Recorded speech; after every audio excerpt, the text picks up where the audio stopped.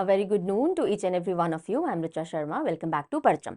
आज हमें 11th of April के करंट अफेयर्स डिस्कस करने हैं और उससे पहले हम ये देख लेते हैं कि महीना चल रहा है हिंदी कैलेंडर यानी नेशनल कैलेंडर ऑफ इंडिया के हिसाब से चैत्र, शुक्ल पक्ष है, चांद बढ़ते हुए फेज में हमें दिखेगा और आज तृतीया है। राइट, चैत्र महीना हिंदी कैलेंडर के हिसाब से या हिंदू कैलेंडर के हिसाब से पहला महीना होता है। जैसे हम जनवरी देखते हैं ग्रेगोरियन कैलेंडर के अंदर, यहाँ पे चैत्र पहला महीना होता है।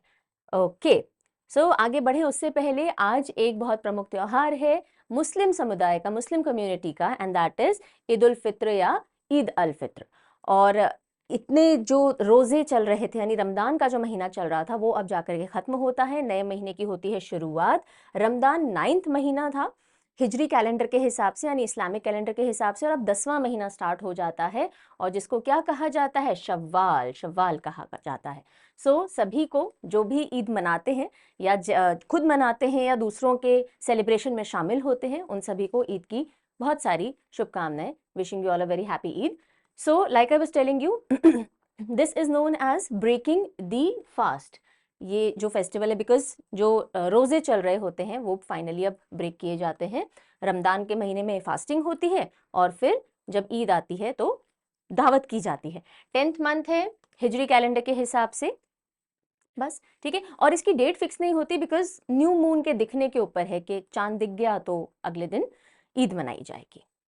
और आज ही राजस्थान में एक बहुत प्रोमिनेंट त्योहार मनाया जा रहा है एंड दैट इज गणगौर।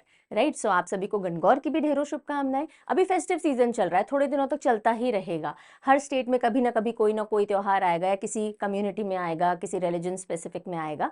सो आप सबको गणगौर की भी ढेरों शुभकामनाएं। राजस्थान और आसपास के स्टेट्स में भी कई जगह मनाया जाता होगा, राजस्थान में खास तौर पर बहुत धूमधाम से इसको मनाते हैं।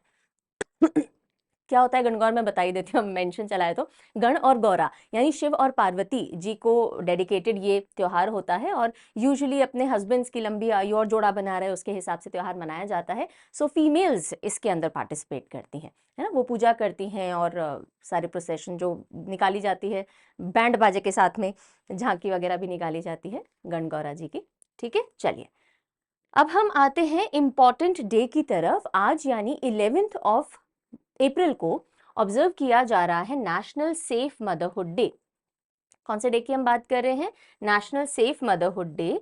और कस्तूरबा गांधी जी, जो कि महात्मा गांधी जी, मोहनदास करमचंद गांधी जी की धर्मपत्नी थी, उनकी आज बर्थ एनिवर्सरी भी होती है और इंडिया में इसी दिन हम ऑब्जर्व करते हैं नेशनल सेफ मदरहुड डे। इस दिन की शुरुआत कौन सी इंस्टीट्यूशन या ऑर्गेनाइजेशन के चलते की जाती है, the white ribbon alliance India. White ribbon alliance India की पहल है और फिर इंडिया ने इसको अडॉप्ट किया और अब हम ऑब्जर्व करते हैं national safe motherhood day. Okay, कल होम्योपैथी थी, होम्योपैथी डे किया था कल हमने, वर्ल्ड होम्योपैथी डे 10th अप्रैल को। राइट, सो 10th अप्रैल को वर्ल्ड होम्योपैथी डे आता है, अगले ही दिन आपका नेशनल सेफ मदरहुड डे आता है। इस तरह से आप याद रख सकते हो। एक और इंपॉर्टेंट डे आज आता है world Parkinson's disease day, 11th of April को। पार्किंसंस डिजीज एक न्यूरोलॉजिकल कंडीशन होती है जिसमें धीरे धीरे आपके बॉडी फंक्शनिंग से आपका कंट्रोल छूटता जाता है और आप मूवमेंट को लेकर के बहुत डिपेंडेंट होने लग जाते हो। तो ये भी 11th ऑफ अप्रैल को आता है। तो याद कर सकते हो आप, 10th अप्रैल तो हमने होम्योपैथी डे याद किया था। सो होम्योपैथी आप मदर्स ले सकती हैं बिकॉज थोड़ा considered, it is considered a little safer than other fields of medicine. Okay, ऐसे करके याद कर लेंगे। और साथ में पार्किंसंस, तो आप पार्किंसन के पेशेंट को भी बोल रहे हैं कि ट्राई कीजिए ना होम्योपैथी, अगर उससे कुछ इलाज हो जाए। आई एम नॉट एडवोकेटिंग कि आप होम्योपैथी की तरफ मूव करो, मैं सिर्फ आपको याद करवा रही हूँ कि 10th अप्रैल एंड 11th अप्रैल के डेज आप कैसे याद रख सकते हो। सो वर्ल्ड पार्किंसंस डे 11 अप्रैल को ही क्यों मनाया जाता है, what is so special about 11th of April? Because 11th अप्रैल 1817 में, right, doctor James Parkinson's had discovered the case of Parkinson's disease. मतलब ये ऐसी एक बीमारी होती भी है, प्रोग्रेसिव न्यूरोलॉजिकल कंडीशन है, धीरे धीरे और बिगड़ती जाती है। तो इस तरह के कुछ पेशेंट में उन्होंने कंडीशन देखी थी और उन्होंने एक ऐसे में यानी अपनी एक पूरी राइटिंग लिखी थी, एन ऐसे on the shaking palsy. Okay, so he was the first person, he was an English neurologist, जिन्होंने पार्किंसंस डिजीज को देखा था, समझा था और डिस्क्राइब किया था। और इसीलिए हम 11th ऑफ अप्रैल को इस डे को मनाते हैं। राइट, और एक और इंपॉर्टेंट डे देखेंगे, आज से रिलेटेड नहीं है, अच्छा, उससे पहले थोड़ा-सा स्टैटिक दे देते हैं आपको पार्किंसंस डिजीज़ के बारे में, ऑल्दो मैंने ब्रीफिंग कर दी है। एक प्रोग्रेसिव न्यूरोलॉजिकल कंडीशन है, आपके नर्वस सिस्टम को अफेक्ट करती है और आप अपने बॉडी को कैसे कंट्रोल करेंगे, उसमें धीरे-धीरे आप अपनी एबिलिटीज़ लूज़ करते जाते हैं। लिमिटेड और नो कंट्रोल ओवर मूवमेंट्स, इसका कोई क्योर नहीं है कि पार्किंसन हो गया तो अब हम इसको रिवर्स कर सकते हैं, नहीं कर सकते। आप कुछ हद तक उसको लिमिट कर सकते हो, रिवर्स नहीं कर सकते हो। इसमें आपके नर्व सेल्स जो होते हैं ब्रेन के सब्सटैंशिया नाइग्रा एरिया के, जो कि मूवमेंट को कंट्रोल करता है, तो सब्सटैंशिया नाइग्रा के जो ब्रेन सेल्स हैं वो धीरे धीरे डेड होते जाते हैं और उनको रिजनरेट नहीं कर सकते हैं।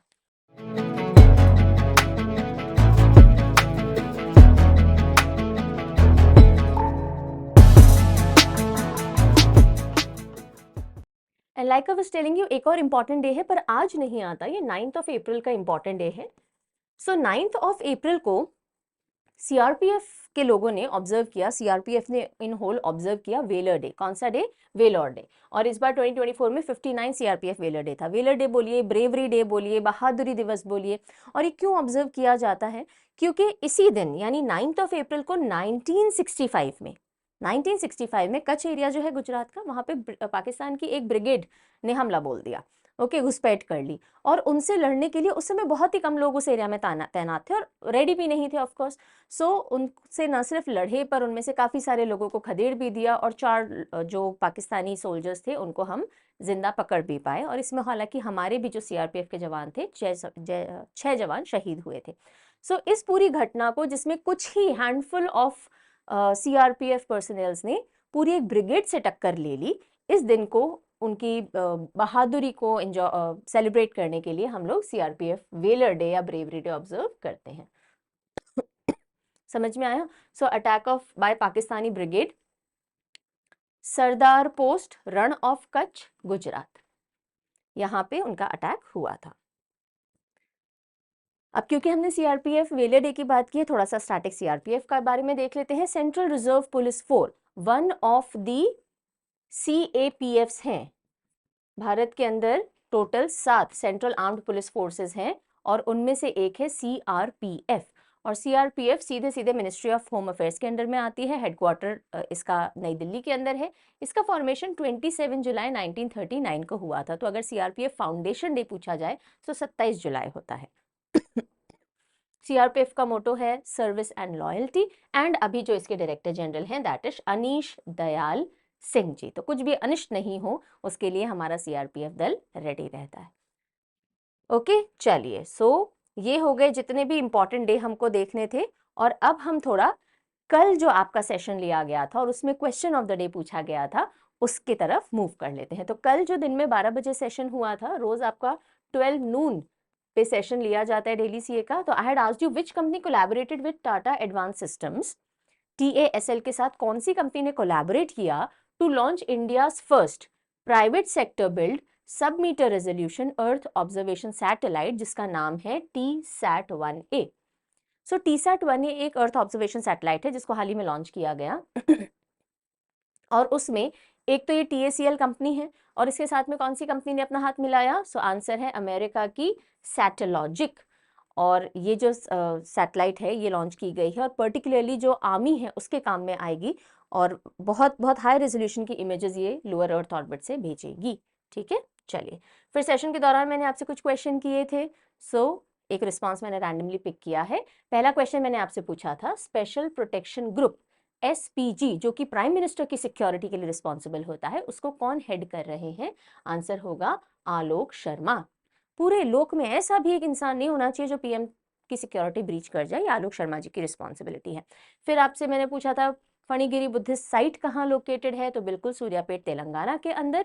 और सितार और तानपुरा रिसेंटली GI टैग किए गए हैं महाराष्ट्र के किसी एक जगह से और उस जगह का नाम क्या है? मिरज है। बिल्कुल सही, सांगली डिस्ट्रिक्ट में पड़ता है।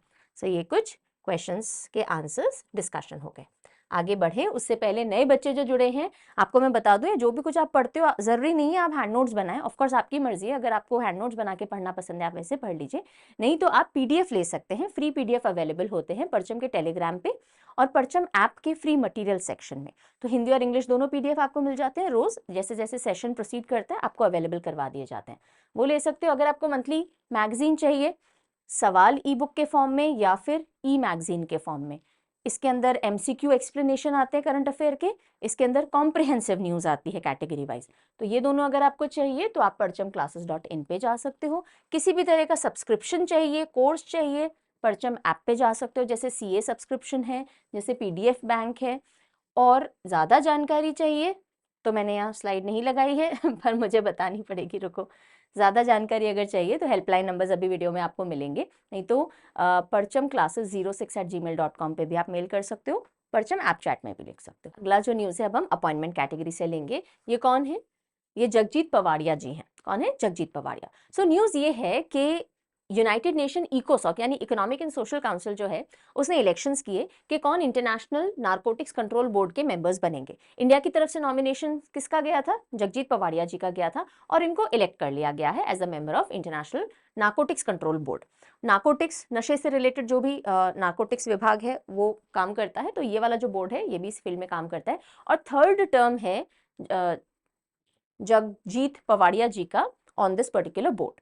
ठीक है, चलिए यही न्यूज़ है, अब हम देख लेते हैं। India's nominee Jagjit Pavadia re elected to international narcotics control board, और सबसे हाईएस्ट वोटिंग से ये इसकी मेंबर बनी है, और थर्ड टर्म ये सर्व करेंगी अपनी 2025 से 2030 तक। Got it?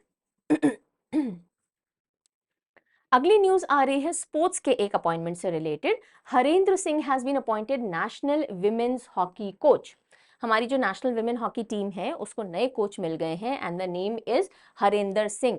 काफी पॉपुलर कोच हैं, द्रोणाचार्य अवार्ड विनर रह चुके हैं, पहले भी कोच करते थे हॉकी टीम को, अब दोबारा आए हैं। लेकिन अभी ऑफिशियल फॉर्मल अनाउंसमेंट आपको देखने को नहीं मिलेगा। क्यों? क्योंकि अभी आचार संहिता लगी हुई है, और दिलीप तिर्के जो कि प्रेसिडेंट हैं हॉकी इंडिया के, वो भी इस बार इलेक्शंस में हैं, तो इस वजह से ये अपॉइंटमेंट कहीं भी उनके इलेक्शंस और वोट्स वगैरह को अफेक्ट ना करे, इसलिए ऑफिशियली नहीं अनाउंस किया गया है। So Harendra Singh has been appointed, लेकिन आप बोलोगे मैम फिर कैसे पता पड़ा? न्यूज में आ जाता है ना, और ये भी आ जाता है कि ऑफिशियल अनाउंसमेंट सरकार की तरफ से या हॉकी इंडिया की तरफ से नहीं आया है, पर न्यूज में आ चुका है। सो फॉर्मर इंडियन हॉकी प्लेयर रह चुके हैं, कोच रह चुके हैं, द्रोणाचार्य अवार्डी रह चुके हैं, और ये अब इंडियन हॉकी विमेंस टीम को कोच करेंगे। इनसे पहले अभी कौन कोच थी? जेनिक शॉपमैन कोच थी, लेकिन उन्होंने रेजिग्नेशन दे दिया, बिकॉज इस बार जो हमारी विमेन टीम है वो पेरिस ओलंपिक्स में क्वालिफाई नहीं की है हॉकी वाली। ठीक है, so she has given her resignation. So Harendra Singh next appointment. अब आप बोलोगे मैम ये तो कल भी पढ़ा था। हाँ कल पढ़ा था, लेकिन एक एंगल, एक अपडेट आपको नहीं दिया था, और इसलिए मैंने न्यूज वापस ली है, क्योंकि एक चीज छूट गई थी और वो नहीं छूटनी चाहिए।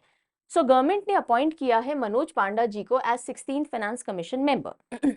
हो सकता है कुछ बच्चे नए हो नहीं सकता, मतलब होंगे नए बच्चे, इसलिए मैं एक बार फिर से समझाऊंगी।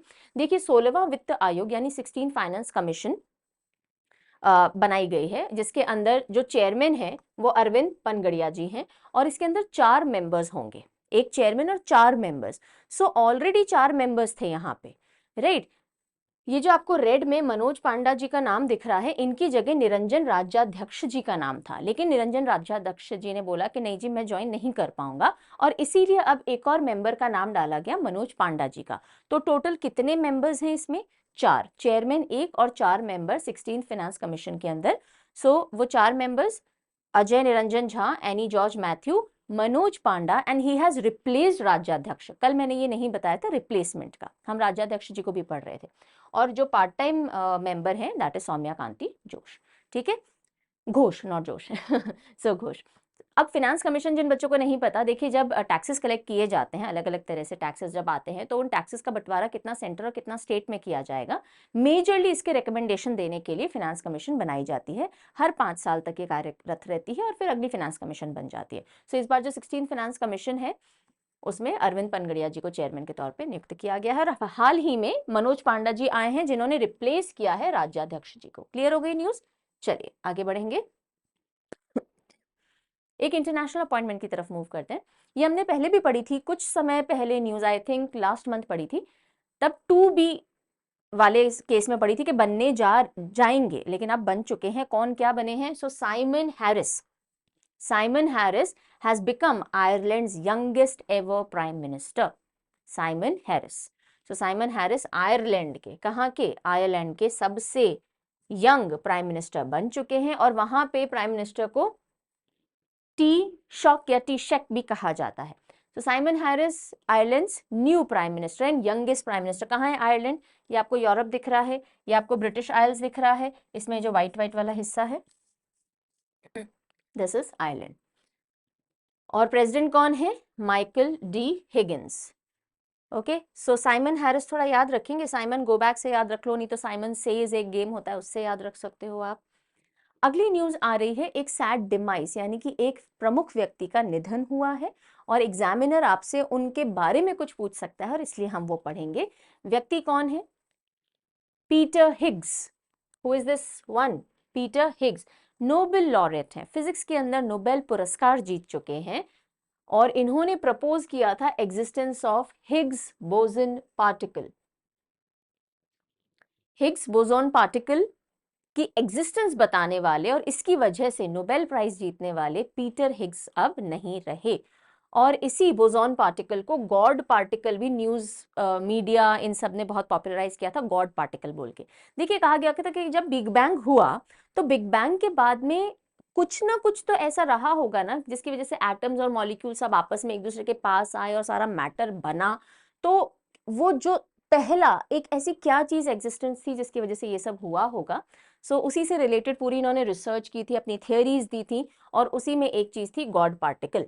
गॉड पार्टिकल जो कुछ हद तक एक्सप्लेन कर पाया that how matter formed after big bang, ये इन्होंने बताया था। ठीक है, पीटर हिग्स बोसोन पार्टिकल जिसे गॉड पार्टिकल भी कहा जाता है। हिग्स ने प्रिडिक्ट किया था existence of a new particle जिसको इन्होंने बाद में नाम दिया हिग्स बोसोन और ये पार्टिकल इन्होंने कब इसकी एग्जिस्टेंस बताई थी? 1964 में। और इसी रिसर्च के लिए एंड फर्दर इन्होंने ये भी बताया था कि कोई ना कोई सब एटॉमिक पार्टिकल जरूर होगा जिसकी वजह से दूसरे जो पार्टिकल्स हैं वो मास अक्वायर करते हैं, एक दूसरे से जुड़ते हैं और मॉलिक्यूल बनते हैं और सारी चीजें आगे जो भी आज हम जिस फॉर्म में देख रहे हैं वो उस फॉर्म में बनी है। So there must be some subatomic particle किसी ना किसी फॉर्म में रहा होगा जिसने ये सब इनिशिएट करवाया होगा। ओके, और हिग्स बोसोन जो ये पार्टिकल है गॉड्स पार्टिकल या हिग्स बोसोन, हिग्स ने बोला कि ये वो फंडामेंटल फोर्स कैरिंग पार्टिकल है जिसकी वजह से बाकी जो भी अदर पार्टिकल्स थे उनके अंदर ये मास आ पाया और वो आपस में जुड़ पाए और फर्दर मैटर बना पाए। ठीक है, और 2013 में नोबेल प्राइज इनको फिजिक्स में मिला और अकेले नहीं मिला, इन्होंने नोबेल प्राइज शेयर किया था बिकॉज सेम तरह की थियरी किसी और ने किसी और जगह से दी थी और वो थे फ्रैंकोइस एग्लर्ट बेल्जियम के। तो हिग्स को एंड एग्लर्ट को एंग्लर्ट इन दोनों को मिलकर के ये नोबेल प्राइज एक साथ 2013 में मिला था। तो इनको यानी कि पीटर हिग्स नोबेल प्राइज कब जीते? पहली चीज यहां से क्या क्या पॉइंट हमें पिक करने हैं। पीटर हिग्स कौन थे? ये एक फिजिसिस्ट थे। नोबेल प्राइज कब मिला? 2013 में मिला। क्यों मिला? गॉड पार्टिकल यानी कि बोसोन हिग्स पार्टिकल की एग्जिस्टेंस से रिलेटेड वर्क करने के लिए इनको मिला।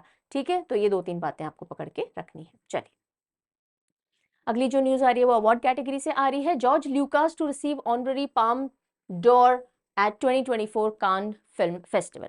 कान फिल्म फेस्टिवल एक एनुअल फिल्म फेस्टिवल है, हर साल कंडक्ट किया जाता है कांस फ्रांस के अंदर। ओके, और इस बार ये मई में होगा, 77th एडिशन होगा और इसमें जो ऑनररी पाम डोर अवार्ड होता है काफी प्रेस्टिजियस, एक तरह से लाइफ टाइम अचीवमेंट अवार्ड कह लीजिए। ऑनररी पाम डोर अवार्ड इस बार किसको दिया जाएगा? जॉर्ज ल्यूकास को। George Lucas will be given Palme d'Or. और जॉर्ज ल्यूकास कौन है? स्टार वॉर्स देखी या सुना है स्टार वॉर्स के बारे में कभी? इंडियाना जोन्स, स्टार वॉर्स, इसके पीछे जो मैन हैं, जो आदमी हैं, जिनकी स्टोरीज हैं, ये जिनके डायरेक्शंस हैं काफी सारी इसमें। ये इंडियाना जोन्स और स्टार वॉर्स के फेम वाले पाम डोर अवार्ड विनर बनेंगे and the name is George Lucas.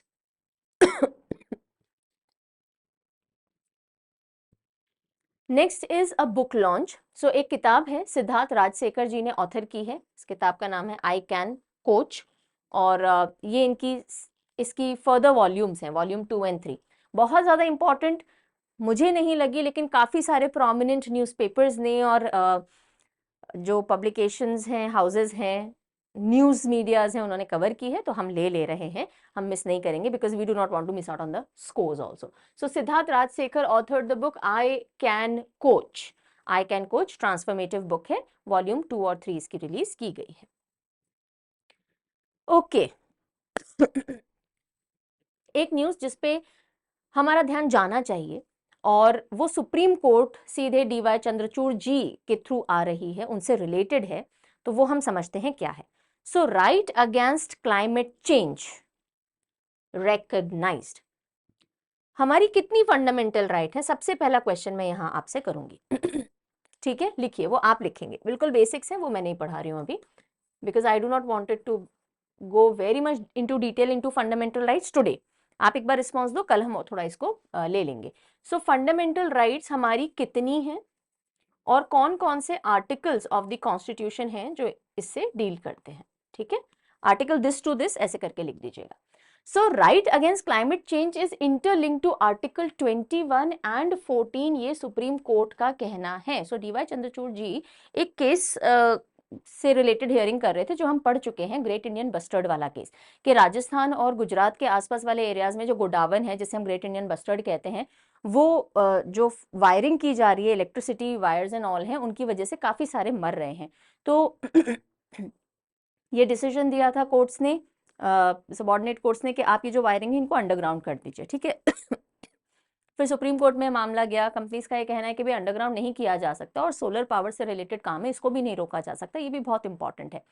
तो फिर अभी कमेटी बनाने की बात कही गई, सुप्रीम कोर्ट ने कहा कि कमेटी बनाई जाए जो कि इस पूरे मुद्दे को स्टडी करे ढंग से कि क्या किया जा सकता है। जाहिर सी बात है, हम सोलर एनर्जी के प्रोडक्शन को तो रोक नहीं सकते, लेकिन ये बर्ड्स भी इंपॉर्टेंट हैं, इनकी भी हम जान इस तरह से गंवाना नहीं चाह रहे हैं, तो क्या किया जा सकता है, what can be the way out, ये आप स्टडी कीजिए। और 31 जुलाई तक उस कमेटी को अपनी रिपोर्ट भेजनी है और अगस्त के अंदर फर्दर हियरिंग होनी है।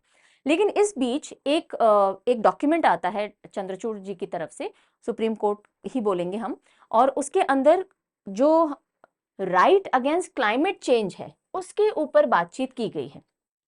ओके, और वही हम पढ़ रहे हैं कि जो हमारी फंडामेंटल राइट्स हैं, क्या उसमें राइट अगेंस्ट क्लाइमेट चेंज कहाँ फिट बैठता है, कौन से आर्टिकल्स का मेंशन चंद्रचूड़ जी ने किया है, तो ये सब थोड़ा सा हम अंडरस्टैंड कर लेते हैं। सो पहली बार सुप्रीम कोर्ट ने उनके एक जजमेंट में रिकॉग्नाइज किया है right to be free from adverse effects of climate change as a distinct right. अभी तक हमारी फंडामेंटल राइट में क्लाइमेट चेंज प्रिसाइसली कहीं बोला नहीं गया था, किसी कोर्ट ने इस पे बात नहीं की थी, कभी भी इसको एक अलग राइट की तरह ट्रीट नहीं किया था।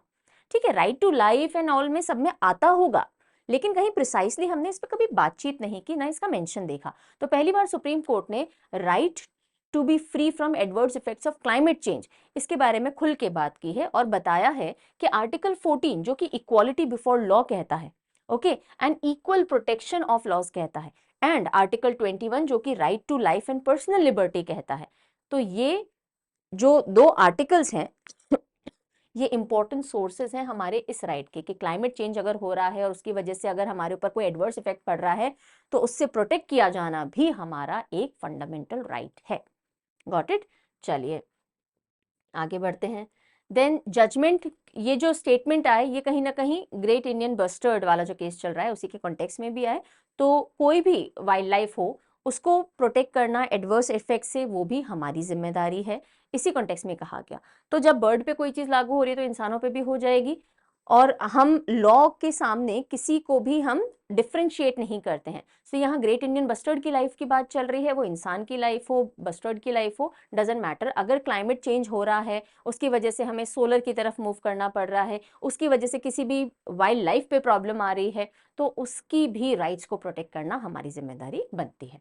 ओके, कमिटी, ये मैं आपको बता चुकी हूँ कि ऑलरेडी कमेटी बनाए जाने की बात की गई है इस बर्ड स्पीशीज को प्रोटेक्ट करने के लिए गुजरात और राजस्थान में, और इस पे जो फर्दर हियरिंग है वो 2024 में होगी। तो इस पूरे मुद्दे में पकड़ने वाले पॉइंट्स क्या थे, कि कौन से दो आर्टिकल हैं जिनसे right of our protection against climate change को लिंक किया गया है, आर्टिकल 14 एंड आर्टिकल 21।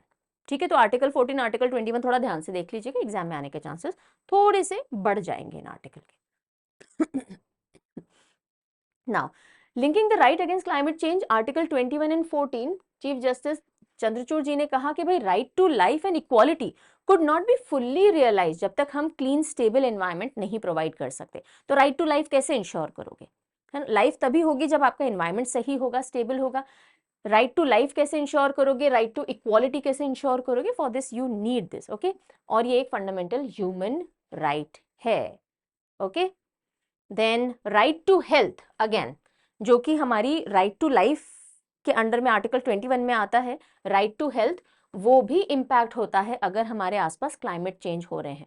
सो आप क्लाइमेट चेंज को फंडामेंटल राइट से तोड़ नहीं सकते हो। क्लाइमेट चेंज हो रहा है तो हेल्थ अफेक्ट होगी, लाइफ अफेक्ट होगी, और उसकी वजह से बहुत इंपॉर्टेंट सी और जाहिर सी बात है कि right to protection against climate change is a part of our fundamental right. क्योंकि टेम्परेचर बढ़ेंगे, ड्रॉट होगा, फूड सप्लाई कम होगी, पानी की कमी हो रही है, तो इंसान जिंदा रह ही नहीं पाएगा, आपकी राइट टू लाइफ प्रोटेक्ट ही नहीं हो सकती है।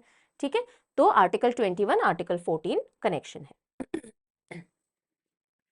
नाउ इनेबिलिटी, अगर अनडिजर्व्ड अंडर सर्व्ड जो कम्युनिटीज हैं जिन तक बेनिफिट्स नहीं पहुंच रहे हैं, उनका राइट टू लाइफ और राइट टू इक्वालिटी वायलेट होता है। जैसे कि हम बोल दें क्लाइमेट चेंज हो रहा है, उसकी वजह से गरीब किसान है, उस तक पानी नहीं पहुंच रहा, वो खेती नहीं कर पा रहा है, और दूसरी तरफ शहरों तक पानी पहुंच रहा है और वो आराम से जी पा रहे हैं। क्या राइट टू इक्वालिटी यहाँ पे बैलेंस हो रही है? क्या उसको हक नहीं है वो रिसोर्सेज मिलने का, जस्ट बिकॉज उसके वहाँ क्लाइमेट चेंज हो रहा है और वो उसको रिसोर्सेज नहीं मिल पा रहे हैं जहां हम प्रोवाइड करवा पा रहे हैं? तो इक्वल नहीं है ये दो लोग। जो अंडर सर्व्ड कम्युनिटीज हैं वो चेंज के साथ कोप नहीं हो पा रही क्योंकि उनको ना रिसोर्सेज मिल पा रहे हैं ना कोप कर पा रहे, तो यह राइट टू इक्वालिटी भी आपका किल होता है। The court also highlighted interconnection between climate change and various human rights. बहुत सारी ह्यूमन राइट्स का कनेक्शन क्लाइमेट के साथ है, इसलिए क्लाइमेट चेंज से प्रोटेक्ट करना होना या करवाया जाना भी एक हमारी राइट होती है। Right to health, indigenous right, gender equality, right to development, all these are somewhere connected to climate change. और एक और चीज कंक्लूजन में या डॉक्यूमेंट के अंदर कही गई कि हालांकि इतना एडवर्स इफेक्ट क्लाइमेट चेंज करता है ऑन वेरियस फील्ड्स और उसी से हमारी काफी सारी राइट्स भी एसोसिएटेड हैं, लेकिन at the same time there is no single और अम्ब्रेला लेजिस्लेशन इन इंडिया जो कि सिर्फ और सिर्फ प्योरली क्लाइमेट चेंज को डेडिकेटेड हो। ओके, हम साथ साथ में काम कर रहे हैं, लेकिन अभी तक कोई किसी अम्ब्रेला ऑर्गेनाइजेशन इंस्टीट्यूशन नहीं है देश के अंदर जो सिर्फ और सिर्फ क्लाइमेट चेंज के ऊपर काम कर रहा हो। This is what the document and DY Chandrachud and Supreme Court highlighted. Got it? चलिए, सो आर्टिकल 14 आर्टिकल 21 पकड़िएगा। अगली और लास्ट न्यूज जो आ रही है वो हेपेटाइटिस वायरस से रिलेटेड आ रही है। एक रिपोर्ट रिलीज की गई जिसके तहत इंडिया ग्लोबली दूसरे नंबर पे हेपेटाइटिस वायरस अपने लोगों में रखने वाला देश है। ओके, ये डिजीज सबसे ज्यादा स्प्रेड चाइना में है और दूसरे नंबर पे इंडिया के अंदर है। So India is second most hepatitis B and C has cases after China, WHO की रिपोर्ट है। सो WHO यानी world health organisation 2024 global hepatitis report है, जिसके हिसाब से हेपेटाइटिस बी और हेपेटाइटिस सी की अगर हम बात करें, चाइना टॉप पे और इंडिया सेकंड नंबर पे है इस डिजीज के फैलाव की को अगर हम देखें। और ये डेटा 2022 का है, रिपोर्ट अब आई है, डेटा 2022 का है। और टोटल डिजीज बर्डन ग्लोबली अगर हम देखें तो 11.6% हेपेटाइटिस बी और सी के पेशेंट्स इंडिया में मिलते हैं, मिले उस साल। अब हेपेटाइटिस कौन से पार्ट को अफेक्ट करता है? वायरस से रिलेटेड डिजीज है, लिवर को अफेक्ट करता है ये। हेपेटाइटिस के 5 मेन स्ट्रेन्स हैं, ठीक है, hepatitis A, B, C, D, E, सब लिवर को अफेक्ट करते हैं, अलग अलग तरीके से करते हैं, अलग अलग तरीके से प्रिवेंट किए जा सकते हैं, लेकिन सबसे ज्यादा जो क्रोनिक डिजीज फैलाते हैं वो हेपेटाइटिस बी और सी है। ओके, और लिवर सिरोसिस, कैंसर, ये सारे इश्यूज खड़े कर देता है।